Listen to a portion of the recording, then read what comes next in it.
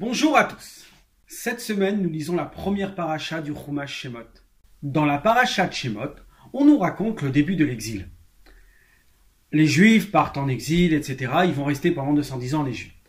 Dans la paracha, on nous raconte le fameux décret de Paro, qui était Kol haben hayehorat tashlichun, vechol habat techayun.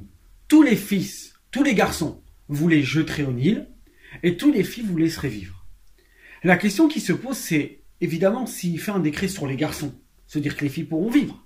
Donc pourquoi Paro précise bien, attention, les filles, vous devez les laisser en vie, et les garçons, les tuer. Pourquoi précise-t-il les filles? La réponse, elle est, en fait, c'est que même l'histoire, même le fait que les filles doivent rester en vie, ça fait partie du décret de Paro.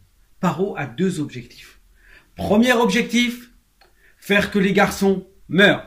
Deuxième objectif, faire que les filles vivent, mais vivent et s'assimilent, se marient avec des Égyptiens, deviennent des idolâtres, etc.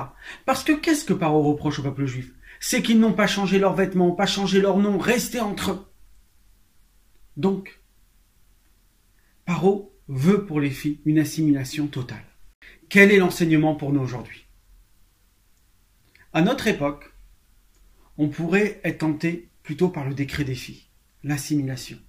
On pourrait se dire en regardant autour de nous que peut-être faudrait-il mettre nos enfants dans des écoles qui ne sont pas juives, pour une simple raison, parce qu'il aura peut-être plus de réussite ailleurs.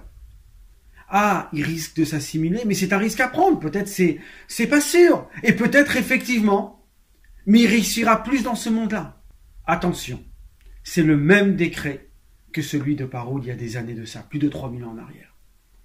Et à nous de vous dire, de même qu'Hachem nous a fait sortir d'Égypte au final, c'est Hachem qui décide tout. Et donc, la parnassa, l'avenir de nos enfants, est seulement et uniquement dans les mains d'Hachem. Alors, restons unis, restons tous attachés au Torah et Mitzvot, et là c'est la source de toutes les brachot. Si vous avez aimé cette vidéo, n'hésitez pas à laisser un pouce bleu et bien sûr à partager.